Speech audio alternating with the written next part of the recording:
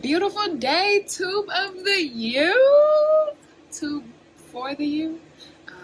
I said I was going to say tube for the U. Let's run that back.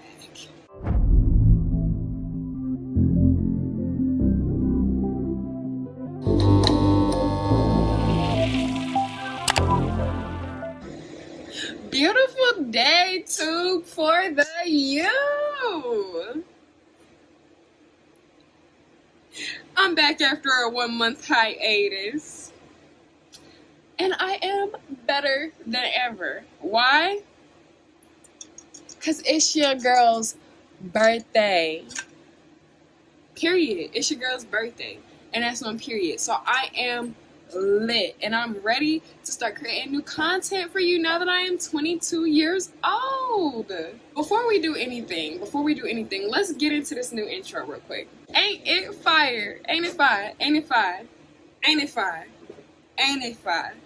Yes, it's fire. Your girl is a whole professional. A whole professional. A whole one, not a half one, a whole one. What did I say? A whole one. Okay. So, I'm going to get into the video now, for real. The video today is going to be, what did I say? Symptoms I didn't know came with ADHD.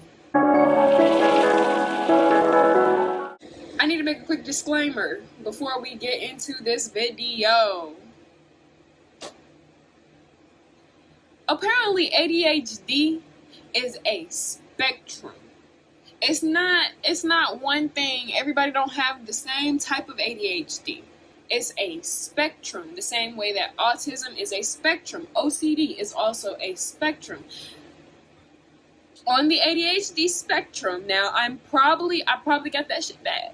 I probably got it real bad. Okay? On the ADHD spectrum, I probably got it bad. But, you can always get yourself checked on the spectrum to see how bad or how good. Well, it's not even bad or good. Technically, it's not a bad thing because I think this is a superpower. I think I'm fine. But yeah, you can see how bad or how good it is. Anyways, on to the video. And I'm a little offended by some of these symptoms. I really am. I'm offended. Because when I say everything on this list is your girl and your girl didn't even know, me over here all in denial and junk. I can't have no ADHD. I'm not hyperactive. Sis, hyperactivity is in boys. Boys. That jittery can't sit down, that is in boys. That is not in girls. Girls don't act the same when they got ADHD. Mind blown. Into smithereens. What? Okay, so here are 20 symptoms that I didn't know came with ADHD. We're going to talk about it. Let's talk about it. Number 1, working memory loss. I'm going to just let that sink in. Working memory loss. I don't think y'all understand. Y'all can't understand. Do you know how many times I have, put something down? Not even put something down. I started an entire task. Okay, I went to fill up the dog water bottle because I fill it up with hot water, let the hot water evaporate all the germs and nastiness out of it. You feel me? So that it's clean water for them to drink, so that I don't gotta buy them, expensive spring water when I have a whole tap faucet. You feel me? Yeah. So I put the water, I started running the water so it could get boiling hot because we turned our water heater up so it would be boiling hot. Yeah. Put the bottle in the sink. Went back to sleep. How did I get there? I don't know. I started doing a different task, and that's working memory loss for you. Just completely forgot that was happening, was a thing, was there. Or how about another example? I be at work, I be splitting boxes up onto different areas, how they go. And I be splitting one way, and then my brain just in the middle decides that it's gonna forget that this lane is not for ABC, but it's actually for DEF. So now I'm putting DEF down ABC and ABC down DEF. And I catch myself so quickly, I'm like, how the hell? How did I forget? Okay. Working memory loss. Number 2, maladaptive daydreaming. What is that? That is the tendency to get lost in your own world. Oh yes, Lana Land is real. It's real. Lana Land is a real thing with real people, and we do real chiz in here, okay? And you can't tell me nothing in Lana Land, because Lana is the judge in Lana Land. And your opinions do not hold up in the court of Lana. Period. They just don't. So yeah, if you have a tendency to just be in your own world all the time, like, yes, they said A plus B equals C, but you said it equals X, and that's what it is now, yeah. Number 3, emotional overreactions. I'm just gonna leave that there. There's no explanation needed. Number 4, impulsive. Blurts out during conversations. Not saying that, like, that's just one of the things under the category of impulsiveness. Like, they also have, like, impulsive spending, impulsive all of that. But specifically for me, blurts out during conversations. Your girl can't keep it in her mouth, in her brain, none of that. I feel like I'm gonna forget. I just know I'm gonna forget. So I gotta say it now. Because I know I will not remember, and then you're going to ask me, well, what did you think? What were you thinking? What were you about to say? And I'm going to be like, it gone now. Bye. 5, sensory sensitivity. This is a big one for me because I didn't even really look at this as sensory sensitivity. I didn't think that my senses were sensitive at all. But now that I really, like, think back at it, like, you can't have a conversation with me in the car while the music is playing because my brain is focused on the music and I need you to turn that off. I can't hear you right now. Especially for sound for me. Like, smell isn't that bad for me. Sound and touch, though, those are big for me. Like something barely touching up on my leg, that, yeah, I'd be shooketh. I'd be shook. I don't like that. That's scary for me. No, I don't like that. This one. Overly sensitive to other people's emotions. Now, this is also a part of sensory sensitivity. This is a part of sensory sensitivity. But, you know, I'm so sensitive to other people's emotions. You can't tell me that you're sad or you're hurting or that you have a problem without me trying to help you or figure it out with you, because no, we can't have that for you. Oh, I'm laughing because it makes so much sense now. Number 6, intense emotions. And specifically for me, being swept away by a single emotion. So, like, I am very intense in general. I say everything intense. I come off intense. Like, I'm just intense, man. Like, it could be a lot over here. Being swept away by a single emotion, I'm guilty as charged. And it got to the point where my family really thought that, like, I could dish out stuff. Like, I could say things, but I couldn't take things. And I'm thinking in my mind, like, but I'm a G. I'm a thug. I could take anything thrown at me. What you talking about? But when I read this about people with ADHD, I remembered every time in which, like, okay, how about this? And yeah, how about this one? When I was like 7, I had just started feeling myself, and I was like, ooh, I think I want to sing. I like music. I like singing. That's a passion of mine. My mom said I was tone deaf one time. Jokingly. I held on to that till I was 21. And they say that people with ADHD, typically you're not supposed to give them like too much negative feedback, because negative feedback can shut them down and send them into a depression. Which brings me to my next point, number 7. A symptom is depression. Her making that one comment, it was like a long-term depression. I never wanted to. I didn't want to hear music. I didn't want to join choir. I didn't none of that, because she said I was tone deaf, and I can't believe I'm tone deaf. And I was crying like almost every day about my, but I never told her. I'm composed.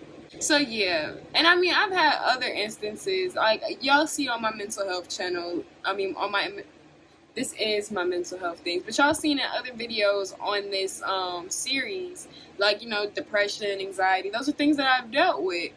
I just didn't realize that they were all because I have ADHD, and because since I have ADHD, every time somebody says something about me that I feel like it's negative, now I'm gonna take it to heart. What kind of sick joke was that, God? Who created this? Who created this? Number 8, and this is going right hand in hand with depression. Apparently, anxiety is also a symptom of ADHD. And if y'all didn't know, up until literally like a month ago, I really thought I had severe anxiety. Like, severe. Like, I had a panic attack and had to go to the hospital. Severe. Like, I mean, they call it general anxiety, so I mean, it might not be like severe for real, but it's not that anxiety that you just brush past. It's that anxiety that you get pills for. You feel me? I got that kind of anxiety. Didn't realize that it was coming from my brain being hyperactive and bouncing all of these crazy thoughts back and forth. And apparently, I can fix that by changing my diet and not adding so much sugar in, because the sugar is making my brain go crazy. That's why I be so at peace when I don't have sugar, and then when I do have sugar, I be tripping. Good to know. Number 9, trouble recalling commonly used words. I guess this is a part of working memory loss, but I feel like it's not working because, well, I guess it is because they're commonly used words. Either way it goes, this one hit me in my soul because sometimes I be struggling between 2 words, and I be like, what was it? It was architecture and archaeology. I couldn't remember which one I was trying to use. Okay, but I knew it was one of them. Okay, so I'm over here like, you know, the stuff with the rocks and the dirt and the digging, because I didn't want to say architecture and look stupid. So yeah. Number 10, choice paralysis. I will stand right here. I will stand right here in between the 2 choices, stare at the 2 choices, and still tell you I'm not finna choose. I don't like either more. Choose for me. I don't want to do it. Choose what? Why? Which one do you think will be better? Like, that's me. If you give me 2 choices, especially between food.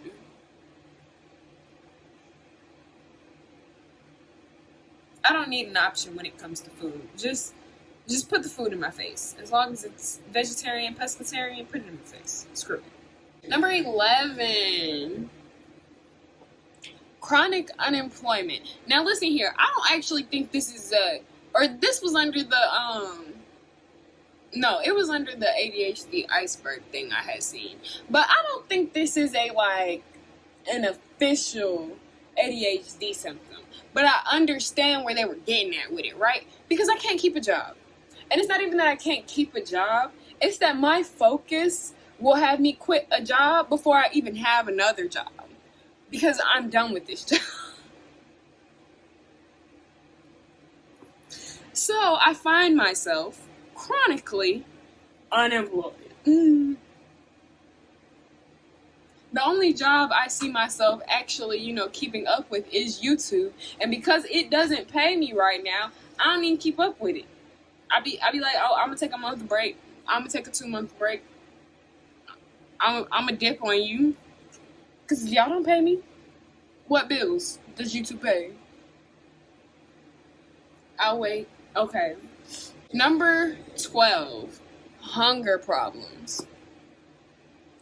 And mine specifically is having low energy levels and an upset stomach and ignoring hunger cues. Yeah. I be hungry and then I be like, I'll just eat later. I'll do that later. It's cool. It can happen later. And then I'd be mad at myself at 4 in the morning when I go to work and my stomach is literally on 10, growling, grumbling, hurting. I'm talking, the nausea as of recently is ridiculous. I'm nauseous all the time. And I know I'm not pregnant because what intercourse? None. So that has everything to do with my ADHD and me not eating enough. Number 13. Inattention and period. Like, just in general. Inattention. Yeah. So, like, one time I was at a podcast, and, like, they're all talking. Having a whole discussion.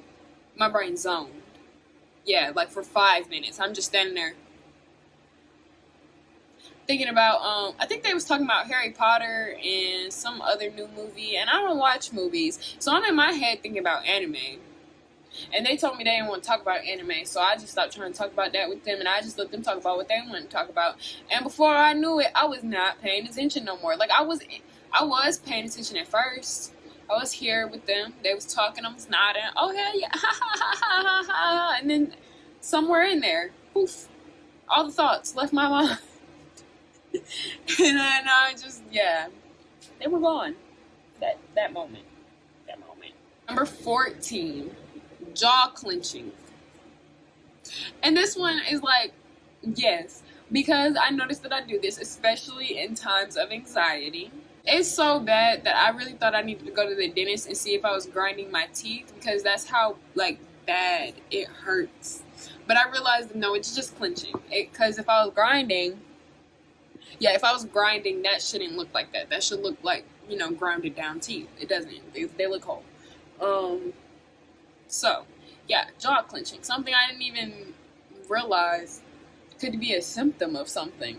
15, major brain fog. My brain would just sit there groggy for like an hour trying to understand what I was doing and why I was doing it and where was I going. Don't wake me up out my sleep neither, because it's just as bad then. Yeah, the brain fog is ridiculous. Literally ridiculous. Number 16. Also one of them unofficial signs. Time and date disorientation. Listen, I don't never know what day it is. I don't never know what time it is. And I literally always do everything at the last minute because I never know what day it is and I never know what time it is. I just found out my birthday was Sunday on August 1st. Okay? And yes, I always knew my birthday was August 7th. Okay? I always knew this because I was born. But for some reason, and this happens literally like every year, the 1st, the 2nd, or the 3rd, somewhere in there is when I just conveniently remember I have a birthday.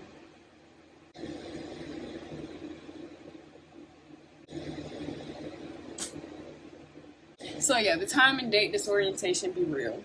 Number 17, addictive behaviors. Now, I'm guilty as charged because if you didn't know, your girl likes to smoke the ganja. She likes to indulge in the herbals. And I don't personally think it is addictive, but I do think the act of smoking, like literally just the act of like pulling, can get addictive. Like your brain somehow at some point is like, shouldn't there be something I should be doing right now? And then you're like, oh yeah, I need to smoke a cig or whatever it is. I just feel like the act of smoking itself can be addictive. So yeah.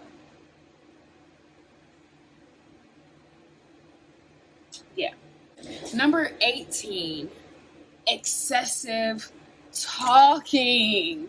First of all, your girl can go on for 50 minutes making a video and wouldn't even realize she was going on for 50 minutes. Second of all, when I was a little girl, I used to follow my mother around the house, talking her ear off. Third of all, if you meet me in person and you try to have a new conversation with me, I will overtake it and I will talk your ear off. I do not care.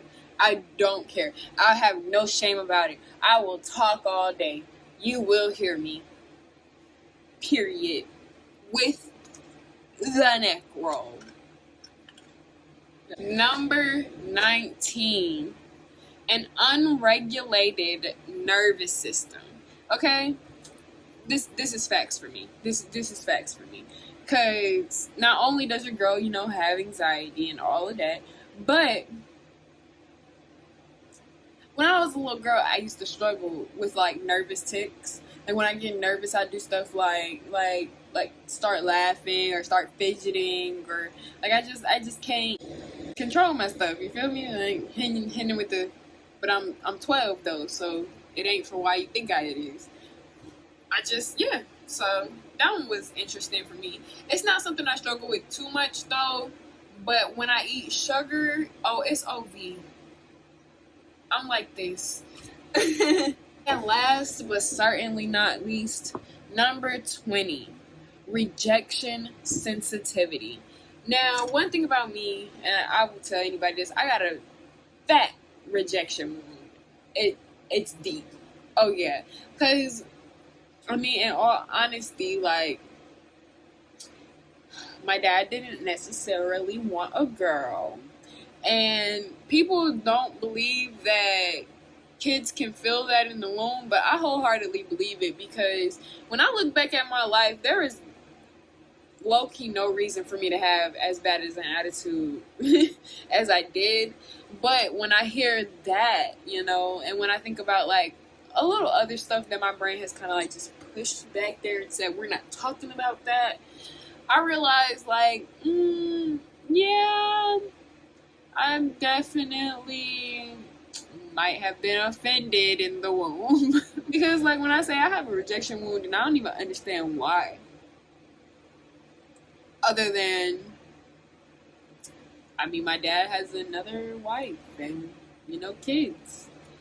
Technically that can feel like rejection to a child, and I am no longer a child. That's why I'm able to process this out loud and comfortably and not feel some type of way about it. You feel me? So yeah, rejection sensitivity. And and it doesn't stop with my dad. Like I was sensitive with rejection everywhere. My mom calling me tone deaf, I thought that was rejection.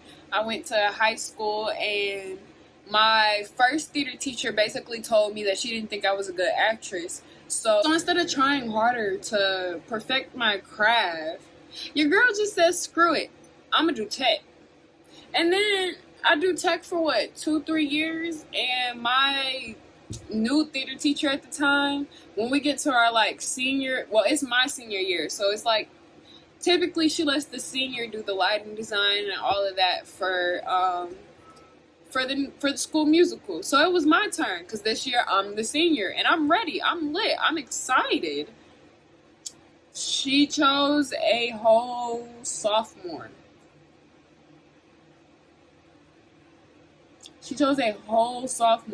And she failed me on my play. So yeah, that rejection sensitivity. Like I really don't know what else to say.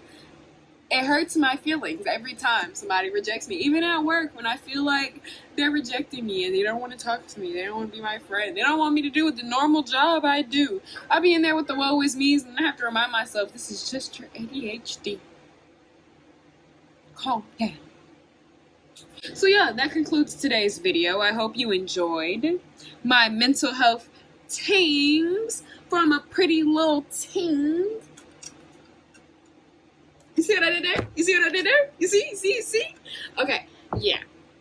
And I'm gonna just go ahead and catch you guys in the next one.